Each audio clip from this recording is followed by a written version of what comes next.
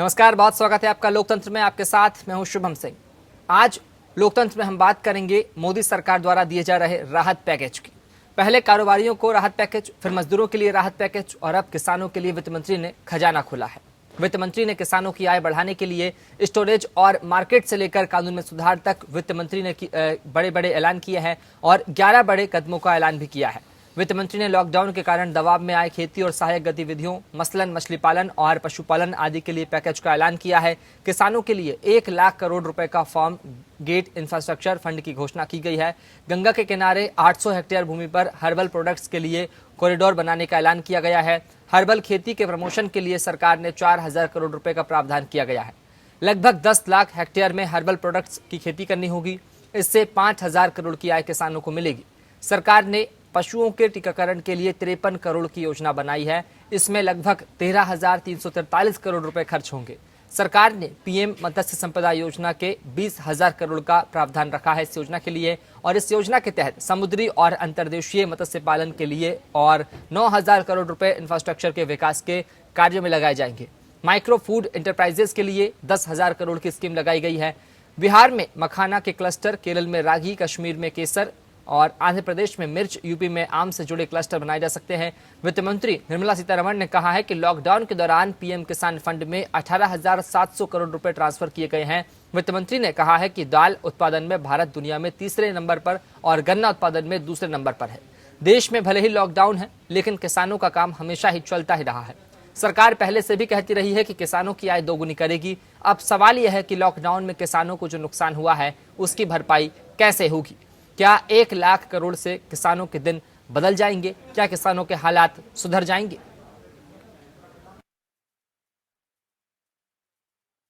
We provide 1 lakh crore for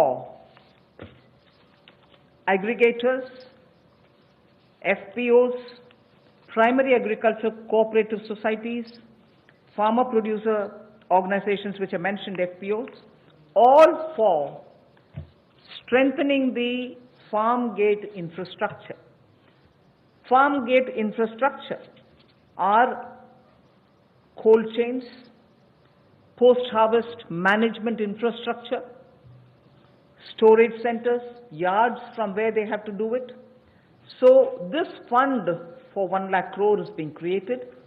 Here private entrepreneurs, agricultural entrepreneurs, startups, all of whom are now looking at facilitating by procuring from the farmers and reaching out with value addition to the global markets, don't have the infrastructure.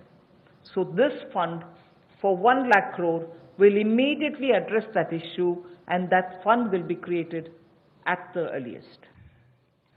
हमारा किसान बाढ़ हो, बारिश हो, तूफान हो, आंधी हो, अपना पसीना बहाकर 137 करोड़ भारतीयों का पेट तो भरता ही है, लेकिन उसके साथ साथ एक्सपोर्ट करने में मदद करता है।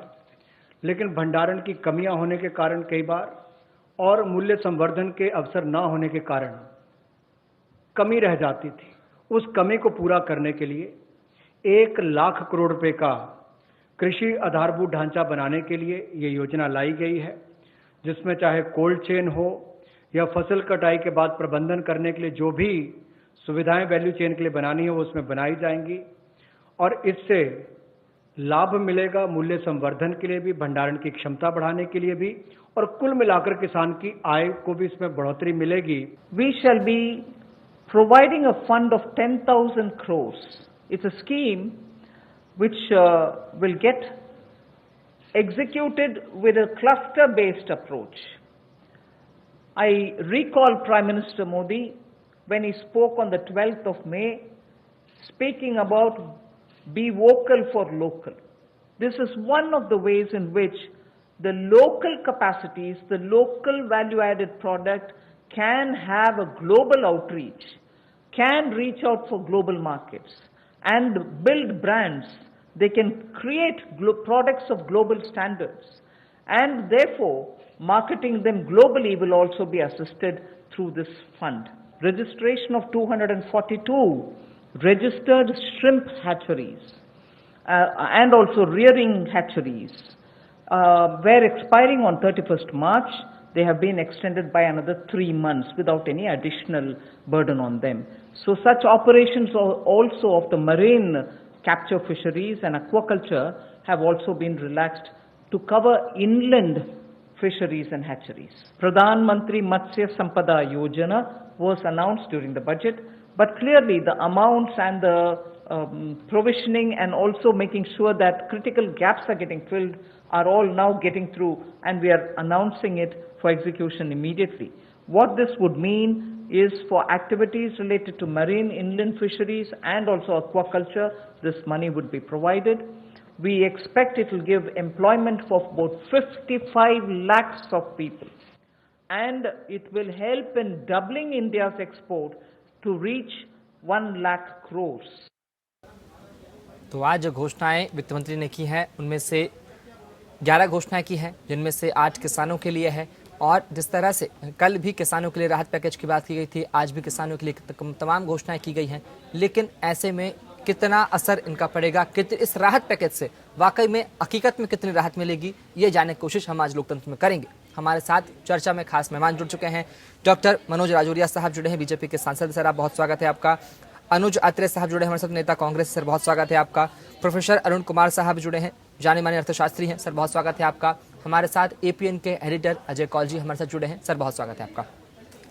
सबसे पहले आऊंगा मैं प्रोफेसर अरुण कुमार साहब आपके पास में। जिस तरह से किसानों के लिए राहत की बात की गई है, बड़ी बड़ी घोषणा किसानों के लिए की गई है, मछली पालन हो, मुर्गी पालन हो, फूलों का उत्पादन हो, सब्जियों का उत्पादन हो, दालों का उत्पादन हो, करोड़ों में सौगातें दी गई है। कैसे समझें इसे, कितनी राहत वाली योजनाएं हैं, बताएं। देखिए, ये सारी जो योजनाएं हैं क्रेडिट पे निर्धारित, बैंकों से लोन मिलेगा, आएगा, डायरेक्टली किसान को नहीं जाए जी। जो इंफ्रास्ट्रक्चर के है, वो जो इंफ्रास्ट्रक्चर बनाएगा उसके पास जाएगा जी। और वो चाहिए का जो फायदा है वो तो वाले साल को 1 लाख करोड़ खर्च नहीं वाला है। और ये जो समस्या है, ये जो मतलब किसी को फल है, सब्जी है, है, निकल नहीं पा रहा है, यहाँ पे मतलब जो उनको लॉस हो रहा है, उसमें इमीडिएट कोई फायदा नहीं हो। तो मेरा मानना है कि अगर आप स्कीम्स देखें, जहाँ तक क्रेडिट पे आधारित है, वो कह रहे हैं कि आप लोन लीजिए और लोन के काम चलाइए, पर डायरेक्टली पैसा नहीं आ रहा। जबकि इसमें ये है कि इसमें भुखमरी, और जो हमारे यहाँ करीब 20 करोड़ लोगों का जो नौकरी की गई कर रहे हैं, गांव में जा रहे हैं, इसकी वजह से फिर उनको जो के पेट चल रहे हैं। ऐसी होनी चाहिए कि ये जो तो लोग हैं जो जिनकी आमदनी कम हो गई है, जिनकी भी, उनको कैसे पहुंचाएं। कहीं गलत है तो कि जो भी जो परेशानी है उसको राहत से, ये सारी स्कीम्स हो जरूर, मतलब जैसे एसेंशियल सर्विस में वो तो बाद में आएगा, वो कोई देगा, उसमें लगने में साल लग जाएंगे, है ना, इंफ्रास्ट्रक्चर लगने में लग जाएंगे। तो हमें तो प्रायोरिटाइज करना है कि क्या करना है, बाद में क्या करना है, और अभी जो जरूरत है उसको देखना है। स्कीम आ रही है, एमएसपी के जो बदलाव आ रहे हैं, तो वो भी सामने तुरंत तो उसका असर पड़ता नहीं। तो कहीं ना कहीं सरकार ये बताती है बहुत कम जा रहा है। चलिए, तो ठीक है, बैंक है, जब भी बजट से देने की जरूरत होगी, परेशानी बहुत है। इसका मानना है कि इसमें हम लोग को जो करना चाहिए वो हम नहीं करते। ठीक है मनोज साहब, मैं आपके पास आना चाहूंगा। जिस तरह से सरकार लगातार बात करते रही किसानों की आय दुगनी की जाएगी, किसानों की आय दुगनी की जाएगी, लेकिन कहीं ना कहीं किसान अभी भी सरकार से सहमत नहीं है, क्योंकि किसानों के पास अभी जिस तरह से हाथ में पैसा नहीं है। और आप बात करते हैं लोन देने की, आप बात करते हैं ऋण देने की, तो ऐसे में किसान जो आज फसलों को बेचने जाएगा, उसको फसल का कीमत चाहिए, फसल का एमएसपी चाहिए अधिकतम, वो आप उसे ऋण देने की बात करते हैं। तो ऐसे में किसान कैसे अनुकूल अपने आप को महसूस करेगा, कैसे अपने आप को सहज महसूस कर पाएगा इस परिस्थिति में? शुभम जी, मैं आपको बहुत ही विनम्रतापूर्वक जानकारी देना चाहूंगा। जैसे कि आज हमारे वित्त मंत्री श्रीमती निर्मला सीतारमण जी ने अपने प्रेस कॉन्फ्रेंस में बताया जी कि जहां आपने एमएसपी का सवाल किया, पिछले 2 महीने में 74,300 करोड़ रुपए की एमएसपी पर खरीद भारत सरकार द्वारा की गई है। ये सीधा लाभ किसानों के हाथों में पैसा गया है। इसलिए हम ये कहें कि सिर्फ लोन की बात हो रही है, ऐसा नहीं है। जिस तरीके के बहुत ही शानदार आर्थिक पैकेज विशेष तौर से किसानों के लिए माननीय प्रधानमंत्री जी के नेतृत्व में वित्त मंत्री श्रीमती निर्मला सीतारमण जी, हमारे एमओए श्री अनुराग ठाकुर जी ने जो पेश किया है जी, किसानों को न सिर्फ हाथों में पैसा दिया है बल्कि आने वाले समय में उनके उत्पादों को बढ़ाने के लिए, उनके उत्पादनों की चैन बनाने के लिए, ई मार्केट बनाने के लिए, अपने राज्यों से बाहर जाकर अपने माल को बेचने के लिए और उनको पैसे की कोई कमी नहीं पड़े, ये सारी आवश्यकताएं पूरी चैन बनाने के लिए और उत्पादनों को न सिर्फ राज्यों से बाहर बल्कि जिस तरीके से उन्होंने लोकल उत्पाद है, कुछ जैसे कि हम बात कर सकते हैं कि बिहार यूपी का आम हो या बिहार के मखाने हो या कश्मीर की केसर हो, आंध्र प्रदेश की मिर्ची हो, अनेकों ऐसे क्लस्टर्स बनाने की बात माननीय प्रधानमंत्री जी के नेतृत्व में की गई है कि जिससे किसानों को सीधा लाभ होगा। वो अपने ब्रांड की न सिर्फ अपने राज्य में बल्कि देश में और पूरी दुनिया में ब्रांडिंग करके बेच सकेंगे। इनसे निश्चित रूप से किसानों को फायदा होगा। और जब कोई उन्नति करता है तो उसको पैसे की पहले आवश्यकता होती है, वो पैसा उपलब्ध कराने का काम माननीय प्रधानमंत्री जी ने किया है। एक बहुत बड़ा सहयोग किसानों के साथ में कंधे से कंधा मिलाकर प्रधानमंत्री जी ने खड़ा किया है। मैं सोचता हूँ कि हम सबको सहे दिल से, खुले दिल से इसका स्वागत करना चाहिए। चलिए ठीक है, लेकिन सवाल मनोज जी मेरा आपसे यही है कि जिस तरह से किसान अभी भी असहमत है, क्योंकि किसानों को इस वक्त हाथ में पैसा चाहिए। ये वक्त जो था ये पैसा ट्रांसफर करने का था, लेकिन इस वक्त सरकार ऋण देने की बात कर रहे हैं। अनुज जी भी हमारे जुड़े हैं, कांग्रेस के नेता है। अनुज जी, जिस तरह से बीजेपी की सरकार ने बात करते आई है कि किसानों की आय जो है दुगनी की जाएगी, लेकिन यहाँ किसानों के हाथ आज भी खाली है। लॉकडाउन चल रहा है, कोरोना का संकट किसानों पर है, पूरे देश पर है। किसान चाहते हैं कि उनके खाते में पैसे कुछ मिले ताकि वो आगे के काम कर सके, अपने फसलों की जो बुआई है वो कर सके, लेकिन यहाँ सरकार जो है ऋण देने की बात करती है। क्या कहेंगे आप इस पर?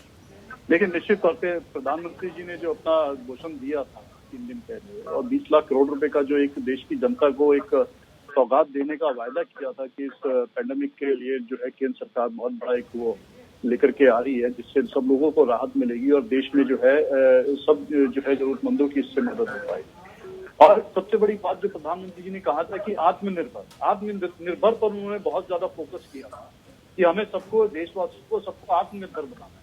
लेकिन अब ये जो 3 दिन से जो धारावाहिक चल रहा है, ये जो एक एपिसोड शुरू हो गया है, जो सीरियल शुरू हो गया है वित्त मंत्री जी का, कि स्टेप बाय स्टेप किस्तों में जो ये घोषणाएं हो रही हैं, इतना समय तो बजट में भी नहीं लगता, जो चाहे राज्य सरकारों का बजट हो या केंद्र का बजट हो, वो भी एक दिन में पेश हो जाता है। ये 3 दिन का है और अभी शायद अभी पिक्चर बाकी है, और भी इसके और एपिसोड देखने को मिलेंगे। उस सब में एक ही चीज निकल करके आई है, जनता को समझ नहीं आया कि उनके हाथ क्या लगे। और जो सबसे मोटी बात समझ में आई है कि ये आत्मनिर्भर की तो बात पता नहीं बनेंगे या नहीं बनेंगे, लेकिन कर्जदार जरूर बना रहे हैं। ये दोबारा से कर्जदार बनाने के लिए सरकार ने जो एक मुहिम छोड़ी है कि हर चीज में कि कर्जा लो, चाहे उद्यमी हो या किसान हो, उनको कर्जे के बोझ के तले दबाया जा रहा है। वो भी ऐसे समय में दबाया जा रहा है कि जब पूरी देश की जनता, चाहे गरीब हो, चाहे मध्यम वर्ग हो, चाहे थोड़ा सा अपर मिडिल क्लास को, सब लोग जो है इस समय पैसे को जो है तरसते हैं।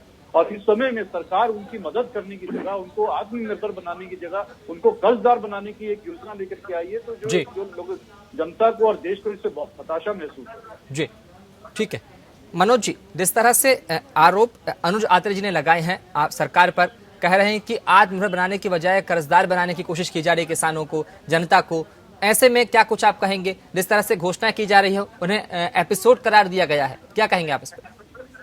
मैं दुर्भाग्य कहूंगा इसको, सिर्फ कांग्रेस की जो समझ है और कांग्रेस का जो नेतृत्व जिस प्रकार से सोचते हैं, मेरे भाई अनुज जी ने जो बात रखी है, ये उनके शीर्ष नेतृत्व का सोच प्रदर्शित करता है जी, कि लोन देने का काम नहीं किया जा रहा है, न सिर्फ लोन देने का, आत्मनिर्भर बनाने का काम किया जा रहा है। कि आज लोन की जहां तक बात है, 2 लाख करोड़ रुपए का किसान क्रेडिट कार्ड के माध्यम से किसानों को आवश्यकता के ऋण उपलब्ध करवाया जा रहा है। साथ में ही जो 1 लाख करोड़ रुपए का ये जो पैकेज दिया गया है, ये पैकेज उनको आत्मनिर्भर बनाने के लिए ही है। जब किसी किसान को आवश्यकता हो, उसके लिए भारतीय जनता पार्टी के नेतृत्व में हमारी सरकारें जो राज्य की है, वो हमारी केंद्र सरकार प्रधानमंत्री जी के नेतृत्व में, और जहां तक किसानों को हाथ में सीधा पैसा देने की बात है, आत्मनिर्भर बनाने की बात है, मैं मेरे मित्र को सीधा से कहना चाहूंगा कि पिछले 2 महीने के अंदर भी 6,400 करोड़ रुपया फसल बीमा के माध्यम से किसानों की फसलों का बीमा माननीय प्रधानमंत्री जी के द्वारा किया गया है। क्या ये उनके आत्मनिर्भर बनाने का काम नहीं है? क्या कांग्रेस स्पष्ट मना करे कि फसल बीमा बंद कर देनी चाहिए? क्या किसान क्रेडिट के कार्ड के माध्यम से 2 लाख करोड़ रुपए का आवंटन जो किसानों को दिया जा सकता है कि कांग्रेस के शीर्ष नेतृत्व श्रीमती सोनिया गांधी जी और राहुल गांधी जी के द्वारा ये लिख के देना चाहिए कि इसको बंद कर देना चाहिए, इससे किसानों को नुकसान होता है, तो निश्चित रूप से संसद इस पर चर्चा करनी चाहिए या लिख के देना चाहिए, तो हम इसका जवाब देंगे कि जो कहने में और करने में फर्क है। चलिए दोस्तों, मैं ठीक बताना चाहूंगा है, ठीक है, कि ऐसा हम नहीं है। समझेंगे। ठीक है मनोज, हम समझेंगे।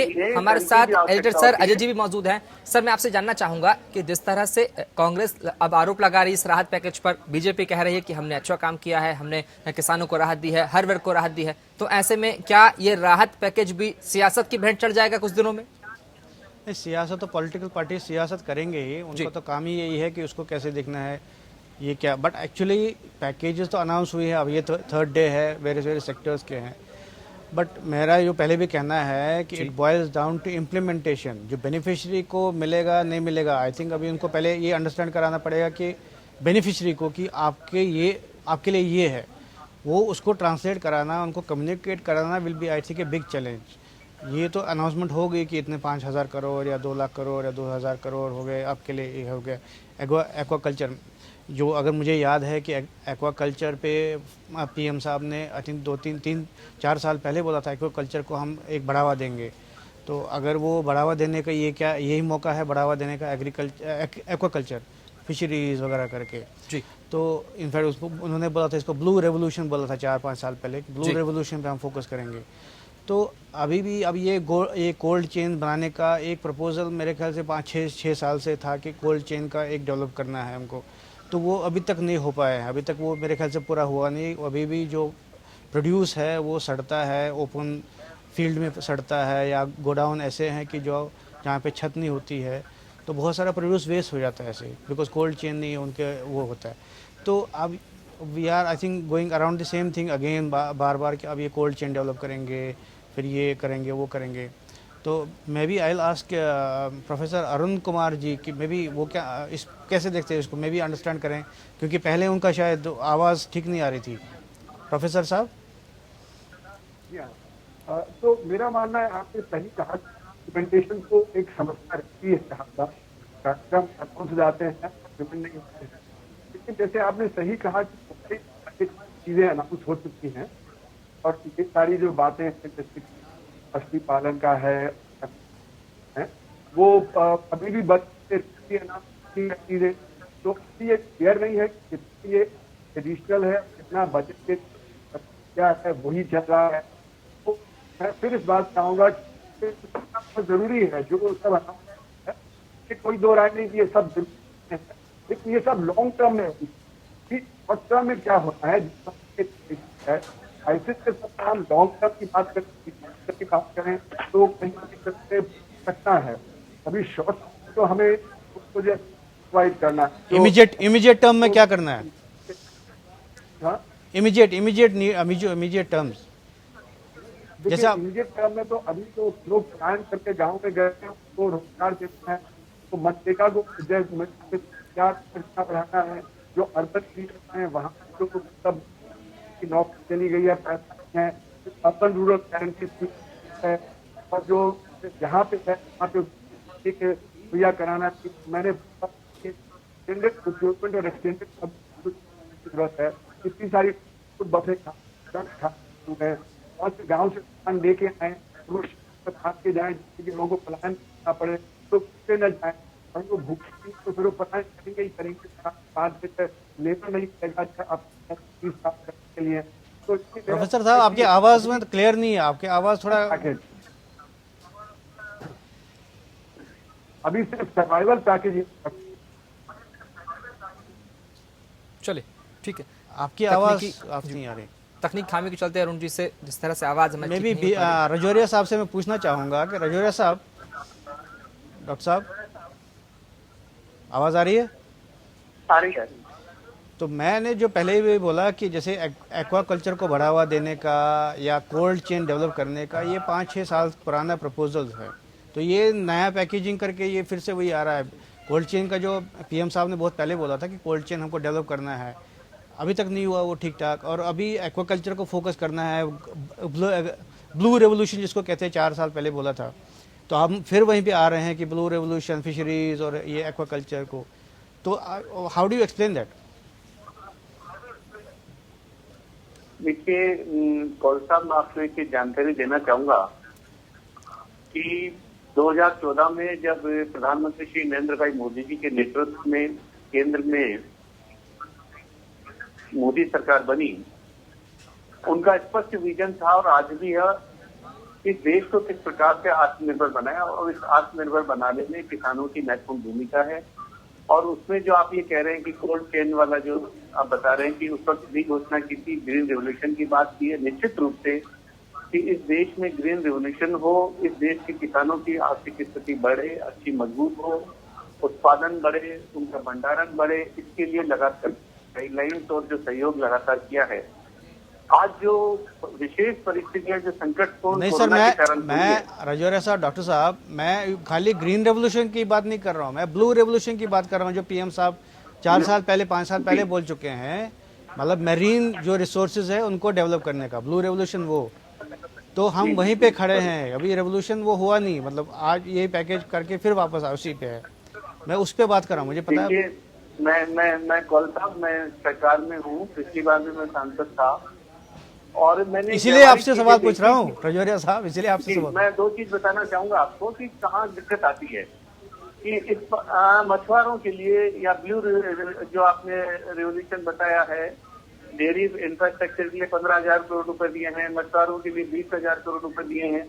और ये जो पैसा दिया जाता है एक पैकेज के तहत दिया जाता है, और जो संबंधित व्यक्ति जो जिस राज्य में रहता है उसकी जो संस्था होती है वहाँ उसको जाकर उस कार्य को लागू कराना होता है, और वो प्रपोजल जब संबंधित विभाग में आते हैं तो उसको फंड दिए जाते हैं। जैसे प्रोफेसर क्या होता है कि राजौरिया राज्य सरकारों में जो कुछ अधिकारी, डॉक्टर साहब राजौरिया साहब, ये मुझे पता है, प्रोसेसेस मुझे मालूम है, प्रोसेसेस मुझे समझ है, बट जैसे प्रोफेसर साहब कह रहे हैं, प्रोफेसर अरुण कुमार कह रहे हैं, ये तो लॉन्ग टर्म मेजर से, अभी इमीडिएट में शॉर्ट टर्म में क्या है जो एक्चुअली बेनिफिशियरी को हेल्प करे?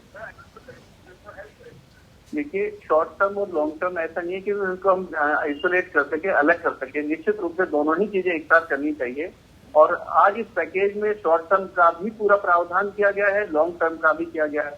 शॉर्ट टर्म की यहाँ तक बात है कि किसानों को प्रधानमंत्री सम्मान निधि के माध्यम से भी पैसा दिया जा रहा है, फसल बीमा के माध्यम से भी दिया जा रहा है, और जो ब्लू रेवोल्यूशन की बात कर रहे हैं कि उनको अतिरिक्त उत्पादन के लिए जो अवसर दिए जा रहे हैं वो भी किया जा रहा है।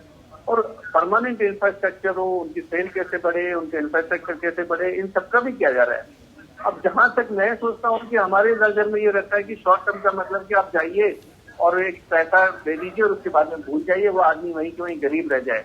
कांग्रेस जो पिछले लंबे समय से जिसने शासन किया उसने गरीबी हटाओ का नारा दिया, लेकिन देश में गरीबी नहीं हटा पाई, और दुर्भाग्य से उसका कारण ये था कि सिर्फ नारा दिया, स्थायी प्रावधान उन्होंने नहीं किए थे।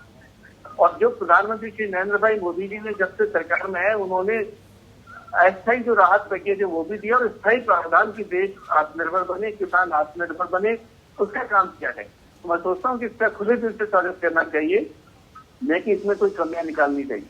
प्रोफेसर साहब, प्रोफेसर अरुण कुमार, आप कैसे, आप how will you react to this जो राजौरिया साहब कह रहे हैं? देखिए, मैं बिल्कुल मानता हूं कि लॉन्ग टर्म में करना चाहिए, आत्मनिर्भरता चाहिए, इसमें कोई तो राय नहीं, लेकिन कोविड-19 से जो आया है उस पर पहले ध्यान दें और फिर हम एक साथ थे, और जो करना चाहिए था 4 साल 6 साल अगर वो हो गया होता तो आज शांति नहीं होती। तो मेरा मानना है कि इतनी जल्द इमीडिएट भी नहीं होती, इमीडिएट पे अभी फोकस करना है। तो इमीडिएट पे है वो है भुगती है, और छोटे किसान है वो परेशानी में, तो किसान के साथ जो मजदूर है आ गए हैं, और जो प्लान करके लोग जा रहे हैं वो भी परेशानी में रहते। तो इसमें अभी तो हमें फोकस करके उनको एम्प्लॉयमेंट देना है, उनके की वस्तुएं मुहैया करानी है। और मेरा मानना है कि 50 वर्कर्स हैं वो अनएम्प्लॉयड हो गए हैं, और उसके साथ अगर देखें तो लोग हैं जो भुखमरी के कगार पे आते हैं, तो हमें 18 लाख करोड़ का देना पड़ता है 1 साल के लिए, उनको करना है। तो बजट को करना बहुत जरूरी है। टैक्स रिसोर्स बहुत कम आएंगे, इसमें कलेक्शन 10% भी नहीं रह गया है, तो टैक्स कलेक्शन और टैक्स वो जाएगा, क्योंकि बहुत सारे बिजनेसेस तो फेल कर रहे हैं, बहुत सारी दुकानें फेल कर रही हैं। स्टोर्स गिर जाएगा 20-22 लाख सेंटर और स्टेट का। स्टेट में परेशानी है, तो ये बजट विड्रॉ करना बहुत जरूरी है। ठीक है, कहाँ से पैसा आएगा और किसको हम कहाँ खर्च कर सकते हैं। अब तो हमने सारा बर्डन नाबार्ड डाला है, तो बैंक फेल कर सकते हैं। यहाँ पे परेशान पहले से एक्टिव थे, अभी बहुत सारे बिजनेस हैं वो नहीं कर पाएंगे, तो 6 महीने में नहीं कर पाएंगे, तो वही बैंक फेल हुआ तो बिजनेस परेशानी। तो मैं बात कर रहा हूँ कि प्रायोरिटाइज करना जरूरत है। ये नहीं कह रहा कि तो सरकार नहीं करना चाहिए, पूरी करना चाहिए, लेकिन उसका समय और है। आज का समय और है जहाँ सर्वाइवल पैकेज, जिससे कि आदमी सर्वाइव करे, बिजनेस सर्वाइव करे, किसान सर्वाइव करे, वो पैकेज पहले आए, बजट को रीड्रॉ किया है, वो हमारी प्रायोरिटी थी। चलिए, सो प्रायोरिटाइज करना चाहिए। ठीक है, बहुत शुक्रिया अरुण कुमार साहब जुड़ने के लिए हमारे साथ। और ऐसे में जिस तरह से सरकार को अभी मौजूदा हाल में सबसे पहले त्वरित प्रक्रिया जो देनी थी, त्वरित राहत देनी थी, वो कहीं ना कहीं उसकी कहीं ना कहीं कमी जो है वो देखने को मिल रही, क्योंकि सरकार ने ऋण की बात करी है, भविष्य में योजनाएं ले आई हैं ताकि किसानों को आगे राहत मिलेगी, आम लोगों को राहत मिलेगी, लेकिन वर्तमान में किसानों के पास जो राहत अभी होनी चाहिए थी वो कहीं ना कहीं फिलहाल किसानों को नहीं मिल पा रही है। आज हम चर्चा कर रहे हैं कि राहत पैकेज की, कि आखिर राहत पैकेज से कितनी राहत किसानों को मिली है, कितनी राहत आम लोगों को मिली है। हमारे साथ नए मेहमान ठाकुर किरणपाल सिंह हैं, किसान नेता हैं सर आप, और भारतीय किसान यूनियन के राष्ट्रीय उपाध्यक्ष भी हैं भानु। तो ऐसे में आज हम जिस तरह से चर्चा कर रहे हैं कि किसानों को क्या कितनी राहत मिली है, किसानों को क्या कुछ सौगातें इस राहत पैकेज में मिली है, इन सब विषयों पर चर्चा कर रहे हैं। जानना चाहेंगे अनुज अत्रे साहब आपसे, आप कुछ कहना चाह रहे थे कि जिस तरह से सरकार ने जो राहत दी है उससे किसानों को राहत कहीं ना कहीं नहीं मिली है, ऐसा आप कह रहे थे, और ऐसे में किस तरह से देखा जाएगा, आप क्या कुछ कहना चाह रहे हैं, बताएं। देखिए, इसमें कई सारी बातें हैं जो मैं अभी ऐड ऑन करना चाहता हूँ कि किसानों के तो निश्चित तौर पे किसान अपने आप को न केवल अभी इस लॉकडाउन की स्थिति में, और जो अभी 3 दिन से जो लगातार जो एक सीरियल चल रहा है वित्त मंत्री जी का, उससे कोई उम्मीद नहीं है, क्योंकि जनता का, देश के किसानों का इस सरकार से पूर्णतः विश्वास उठ चुका है कि बहुत सारी घोषणाएं हो चुकी हैं, बहुत सारे वायदे हो चुके हैं, बहुत ज्यादा प्रचार होता है, लेकिन जब धरातल पर जाकर देखा जाता है तो हाथ कुछ नहीं होता। वही अब जनता पूछती है कि आखिर हमको क्या मिल रहा है। किसान भाई हमारे पूछ रहे हैं कि हमारे खाते में क्या आ रहा है, हमें क्या मिल रहा है। इस समय आवश्यकता किस चीज की थी? आवश्यकता ये थी कि उनको सीधा डायरेक्ट बेनिफिट पहुंचाया जाता, उनके खाते में कुछ ना कुछ उनको मदद पहुंचाई जाती, जिससे वो अपना जीविका चला पाते। लेकिन फिर घोषणाएं हो रही हैं। आज देखिए, अभी एक इसमें बात आ रही थी कि जो कर्ज वाली बात में उसको और आगे दोहराता हूँ कि एक इसमें कल वित्त मंत्री जी ने कहा था कि जो एनपीएस हो चुकी है कंपनी, उनको भी कर्ज दिया जाएगा। ये कितनी मतलब एक घोर विडंबना वाली बात है कि जो पहले से डिफॉल्टर हो चुके हैं, आप उनको और पैसा देना चाहती है। ये वही एनपीएस हैं, ये वही सरकार है कि जिसने बीते कुछ वर्षों के अंदर 6,60,000 करोड़ रुपए बड़े बड़े इंडस्ट्रीज का जो है राइट ऑफ कर दिया, लोन बट्टे खाते में डाल दिया। और अभी आरबीआई ने पीछे रिपोर्ट दी थी कि अभी चंद 1 महीने पहले भी जो 68,000 करोड़ रुपए जो है 50 बिल्कुल डिफॉल्टर्स का इन्होंने जो है कर्जा माफ किया, जिसमें जिनका कर्जा माफ किया, जिसमें इनके जो भगोड़े हैं जो पैसा लेके देश से भागे हैं, जिसमें विजय माल्या और ये मेहुल चोकसी और तमाम लोग ऐसे हैं जो नीरव मोदी वगैरह जो इनके साथी हैं, जिनका इन्होंने देश से भागने के बाद इनका कर्जा माफ किया। और अब फिर से सरकार जो है जो एमपीएस हो चुकी है उनको और कर्जा देने की तैयारी कर रहे हैं। तो ये आखिर पैसा किसके? हमारे साथ किसान नेता, ठीक है अनुज साहब, हमारे साथ किसान नेता ठाकुर किरणपाल सिंह भी इस वक्त जुड़ चुके हैं। किरणपाल जी, आपसे जानना चाहूंगा कि जिस तरह से आप किसान हैं, किसानों के नेता हैं, हकीकत क्या है ये आप बहुत अच्छे तरीके से बता पाएंगे। किरणपाल सिंह,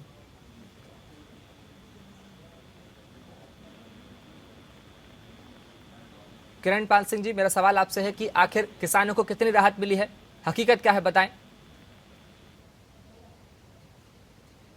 शायद उन तक आवाज नहीं पहुंच पा रही है, लेकिन मैं किरणपाल जी से संपर्क नहीं हो सका है।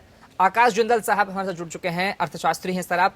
सर, मेरा सवाल आपसे है कि जिस तरह से कहीं ना कहीं एक कमी यह रह जा रही है कि शायद जिस तरह से जो समझाने की कोशिश है सरकार बराबर ठीक से नहीं कर पा रही, किसान समझ नहीं पा रहे हैं, लोग नहीं समझ पा रहे कि आखिर उन्हें कितने, उनके हिस्से में क्या कुछ आया है। सरकार कह रही कि करोड़ों में ये राहत है, करोड़ों की ये योजना है, लेकिन आम लोगों के खाते में, एक किसान के खाते में क्या कुछ आया है, उसके हिस्से में क्या आया है, ये समझने कहीं ना कहीं कमी रह जा रही है। कैसे देखेंगे इसे आप?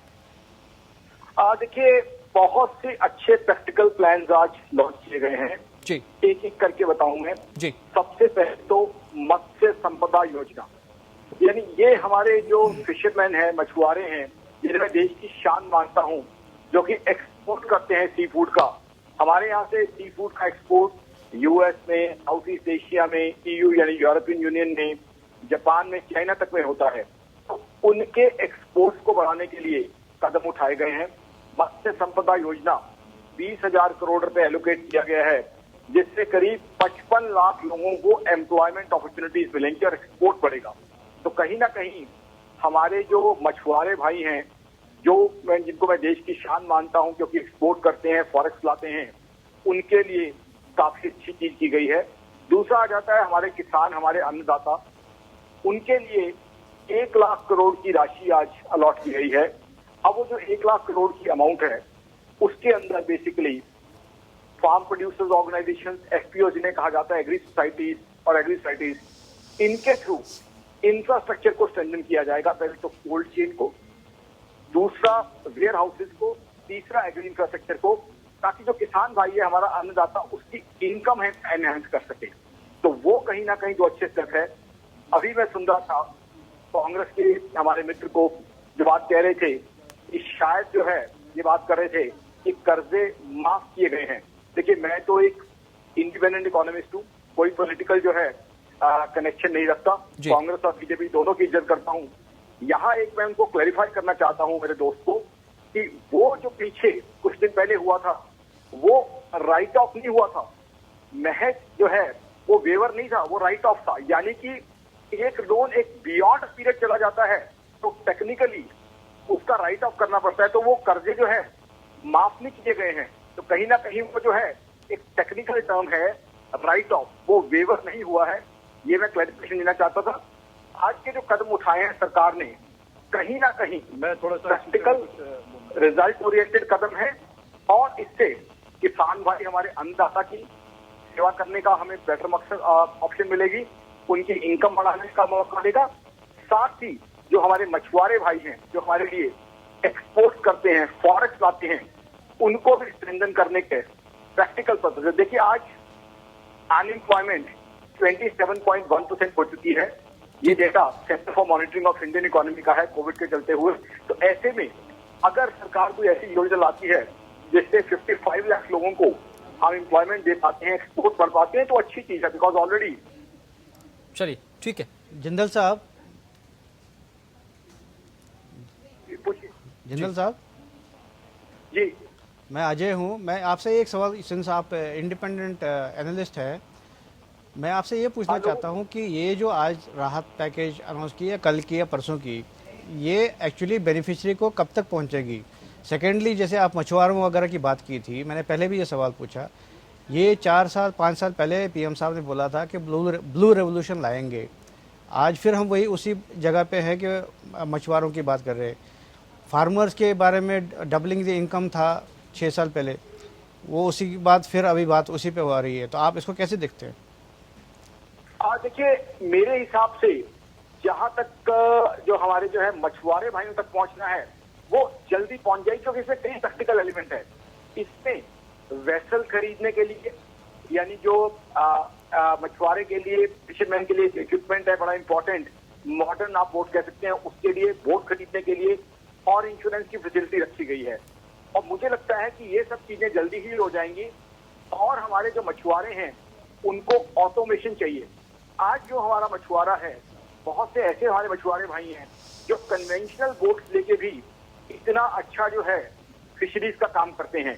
तो उनको अगर हम टेक्निकली इक्विप कर देते हैं, उनको लार्ज ऑटोमेटेड जिंदल साहब, ये तो देखो, ये तो लॉन्ग टर्म चीजें हो गई कि अब ये फिशरी वो अपना बोट खरीदेगा, फिर नेट ले लेगा, ये करेगा, वो करेगा। इमीडिएट हमको, जैसे अभी अरुण कुमार साहब कह रहे थे, प्रोफेसर अरुण कुमार साहब कह रहे थे उससे पहले, इशू है अभी distress is right now, distress situation अभी राइट नाउ है, तो उसको कैसे डील किया जाए? ये तो लॉन्ग टर्म ठीक है, वो बोट ले लेगा, फिर नेट ले लेगा, वो करेगा, ये करेगा। इमीडिएट में क्या है? नहीं, देखिए, इसका मैं जवाब देना चाहता हूँ। जो बोट की प्रोक्योरमेंट है उसको मैं लॉन्ग टर्म वो नहीं मानता। अगर आपने बोट खरीदनी है तो boat can be purchase in 1 day. तो बोट को परचेज करना हम लॉन्ग टर्म क्यों मानते हैं? जो बोट परचेज करना है या वेसल परचेज करना है, हार्बर की development can take longer time. वहां में जो है जो आप बात करें सर आप तो अर्थशास्त्री है। अभी जो मैन्युफैक्चरिंग हो रही है, manufacturing sector is in distress. वो बोर्ड बनाएगा कौन और लेगा कौन? वो बोर्ड बनानी होगी ना पहले किसी को, तभी तो कोई खरीदेगा। बात कर रहा हूँ, उसी की बात कर रहा हूँ। जो ऑटोमेटेड बोर्ड इसके लिए है, उसका मैन्युफैक्चरिंग कोई इतना लंबा नहीं है कि इट में टेक मंथ। वो प्रोसेस उतना लंबा नहीं है।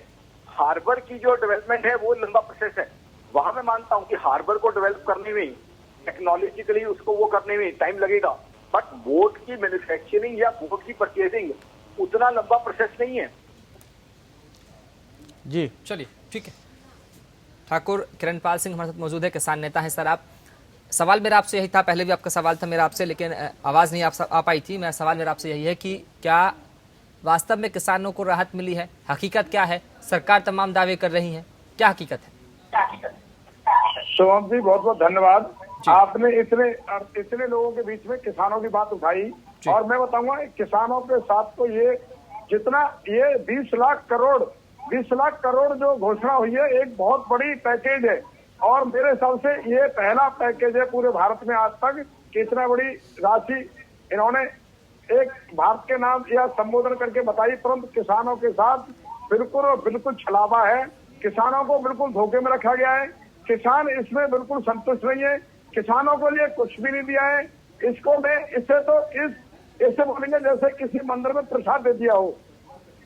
ये किसानों के साथ 100% छलावा है। किसानों को बहुत आशा थी। आप देखिए 2 महीने पहले से प्राकृतिक आपदा, ओलावृष्टि और आंधी तूफान, उसके बाद कोरोना में एक उस बोरन की तरह काम किया है। कोरोना में जैसे डॉक्टर और हाउसकीपिंग और पुलिस कर्मचारियों की तरह उससे ज्यादा जान हथेली पर धर के काम किया किसानों ने। और आज की डेट में आप देख लिए किसी भी इंडस्ट्री की जरूरत नहीं है, तो किसान की जरूरत है। परंतु इन्होंने किसानों के साथ पूरा छलावा किया है। किसान इससे बिल्कुल संतुष्ट नहीं है। और लॉकडाउन के बाद इतने धरना प्रदर्शन होंगे, ये बिल्कुल किसानों के साथ नाजायज किया है। देखिए आप लगा लीजिए 20 लाख करोड़ में से जहाँ 80% किसान बताते हैं, भारत में 80% किसान बताते हैं, अगर इसका 80% किसानों को दिया जाता तो ठीक था। अगर देखिए ये 5% भी किसानों को नहीं दिया इन्होंने। ठीक है, राजौरिया साहब, एक किसान आरोप लगा रहा है, कैसे देखेंगे आप इसे?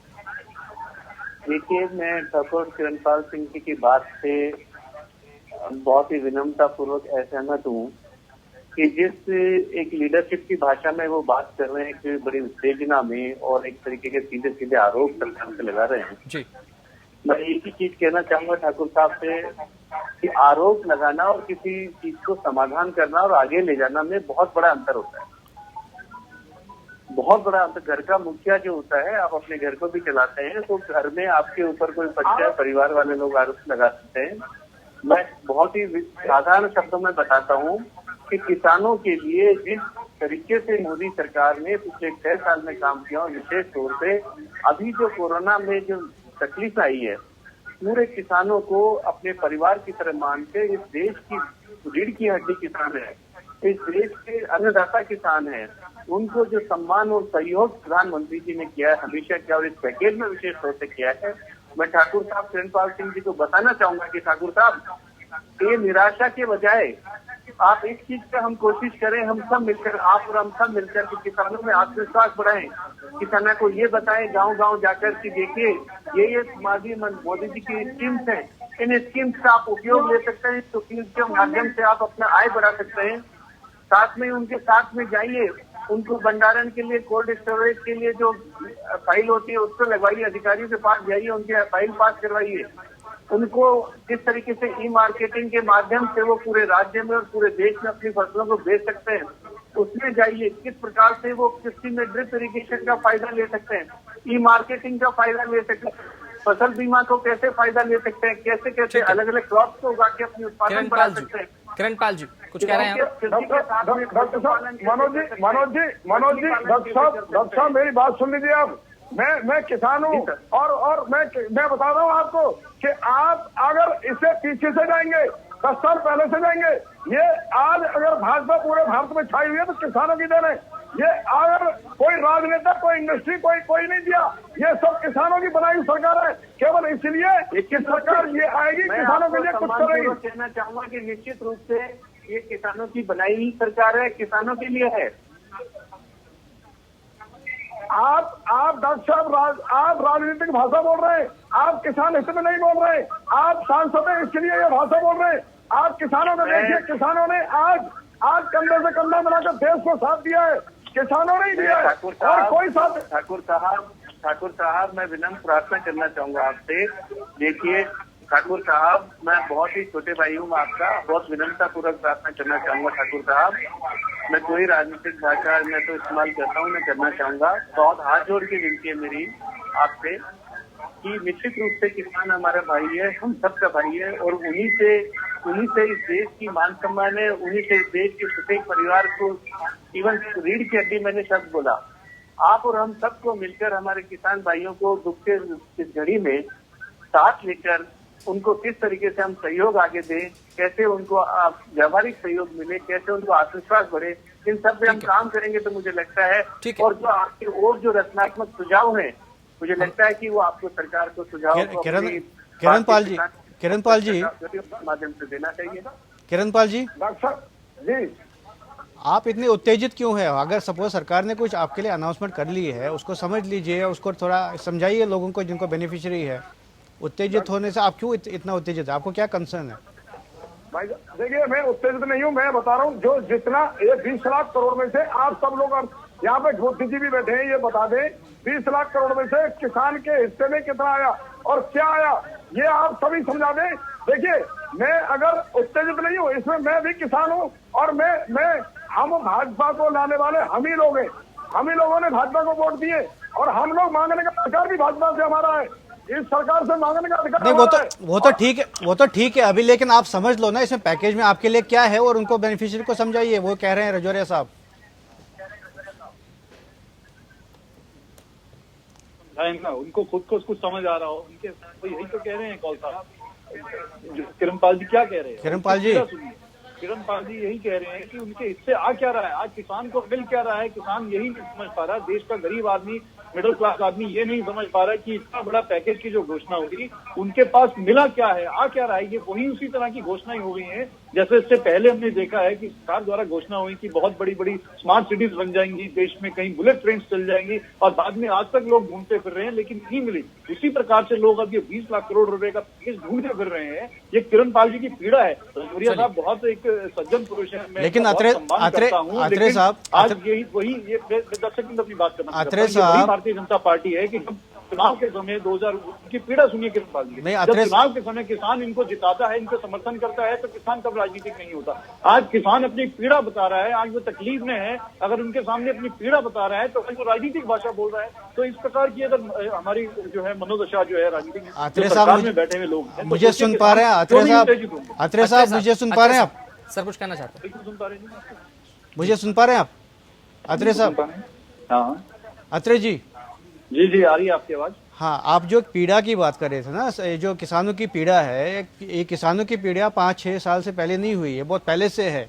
अगर आप कांग्रेस रूल के बीच में देखें, कितने लोगों ने, कितने किसानों ने आत्महत्या की है बिकॉज वो डेट में, लोन में फंसे हुए थे।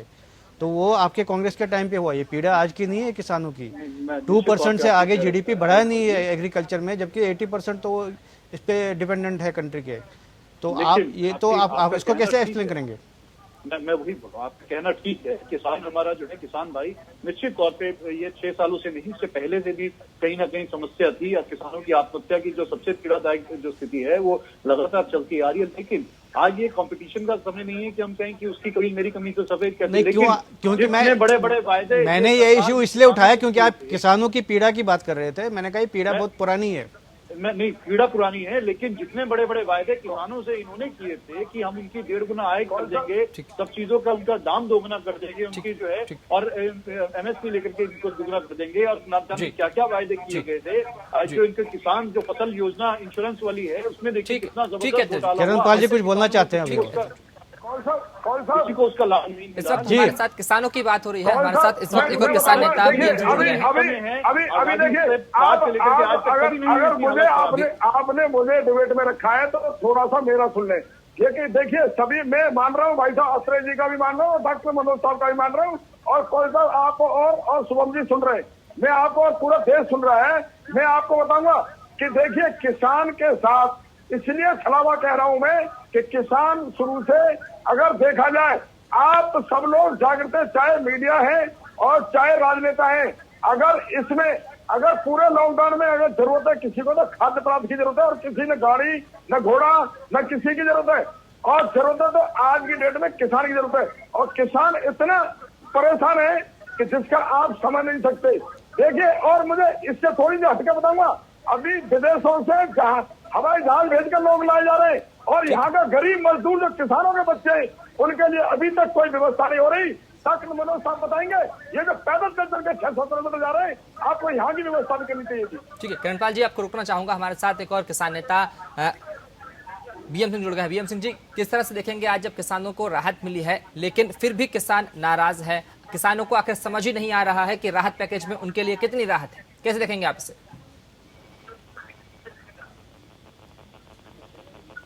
बीएम सिंह जी।